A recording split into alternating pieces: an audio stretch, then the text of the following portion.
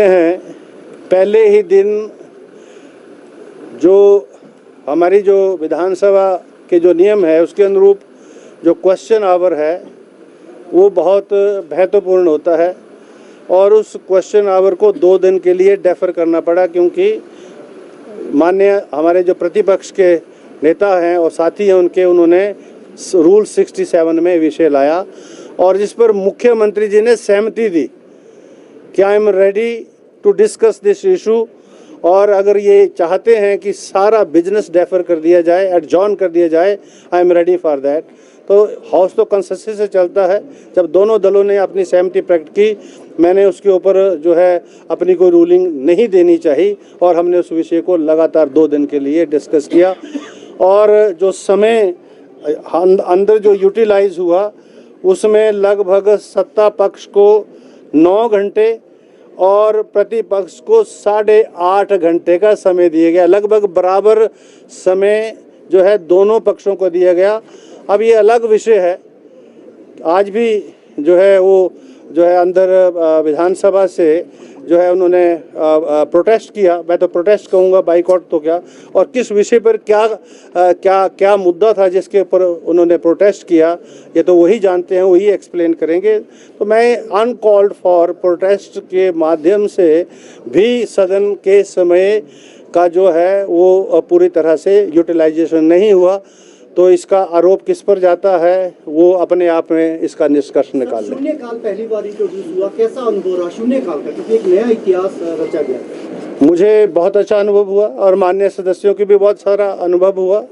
4 दिन का सत्र था और 2 दिन लगातार सारा बिजनेस डेफर हुआ। 2 दिन जो बचे हुए थे उसमें जो है हमने लगभग 26 विषय, और माननीय सदस्यों में बहुत उत्सुकता थी अब जो है अपने चुनाव क्षेत्र के विषयों को इस माननीय सदन में रखने का। लेकिन और मैंने ये देखा कि 2 दिनों में ही संख्या जो है बढ़कर जो है जो रेजोल्यूशंस की है वो इतनी ज़्यादा हुई है। मुझे लगता है कि बजट सत्र में हमको इसका जो है बैलेट करना पड़ेगा, क्योंकि हम आधा घंटा के लिए ही सीमित विषय ले सकते हैं। तो ये लगता है कि ये एक अच्छा डिसीजन था जो पहले हो जाना चाहिए था, किसी से नहीं लिया गया। हमने हिम्मत करके वो निर्णय लिया और जिसका फ़ायदा जो है माननीय सदस्यों के माध्यम से हिमाचल प्रदेश की जनता को मिलेगा। स्पीकर साहब, ये लगातार दूसरा मौका है, विपक्ष से कोई बात ये हमारे सब के लिए दुखदाई है, क्योंकि लोकतंत्र प्रजातंत्र में जितनी जिम्मेवारी सत्ता पक्ष की है उससे ज़्यादा जिम्मेवारी विपक्ष की है, और विपक्ष को ज़्यादा जिम्मेदार होकर जो है सहयोग भी करना चाहिए, अपने पक्ष को रखना भी चाहिए। और मुझे नहीं मालूम, क्योंकि 5 वर्षों में सत्ता परिवर्तन होता है, तो पिछले 5 वर्षों में सत्ता में जो रहे लोग हैं जिनको हिमाचल प्रदेश के विषयों की पूरी जानकारी है, हिमाचल प्रदेश के तथ्यों की पूरी जानकारी है। और मुझे आज तो लगने लगा कि अंदर जिस तरह से दोनों दलों में कुछ विषयों के ऊपर जो मैं कह रहा था स्टेट इश्यूज़ हैं, जो स्टेट इशू, एम्प्लॉयमेंट का स्टेट इशू है, रिसोर्सेज का स्टेट इश्यूज़ है, रिसोर्सेज का प्रोपोर्शनेट डिस्ट्रीब्यूशन, ये स्टेट इश्यूज़ है। तो इसके ऊपर क्यों ना कैमरा प्रोसीडिंग्स हों। तो मैं ये कोशिश करूंगा अब निकट भविष्य में कि हिमाचल प्रदेश विधानसभा का एक कैमरा प्रोसीडिंग्स हो जिसमें दोनों दल बैठें और साथ में जो हमारे अफसरशाही हो बैठे।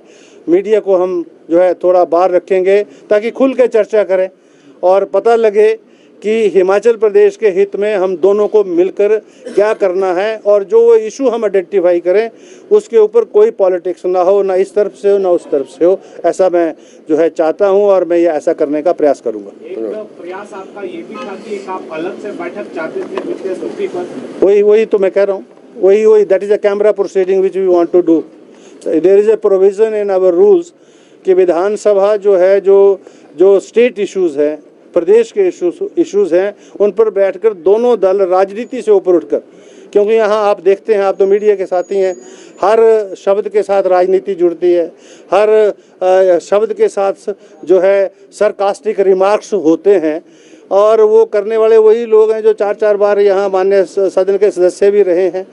चुनाव 5 वर्षों के बाद होते हैं और बीच में जो प्रयास हुए आप सबके सामने है। तो मैं ये कहना चाहता हूँ, मुझे अधिक नहीं कहना है, ये हम सब की जिम्मेवारी है। मेरी एज अध्यक्ष जिम्मेवारी है अगर सदन का संचालन करना, तो सत्ता और जो विपक्ष है उसकी भी उतनी ही जिम्मेवारी है सहयोग करना, ताकि हिमाचल प्रदेश के जनहित से जुड़े हुए विषयों के ऊपर चर्चा हो और लोगों को लाभ मिले। धन्यवाद। Thank you. क्या कहेंगे? मेरे प्रयास रहे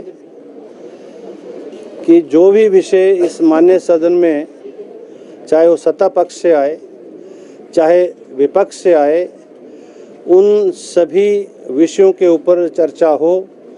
और मैंने अपने प्रयासों के माध्यम से वो चर्चा भी यहाँ करवाई।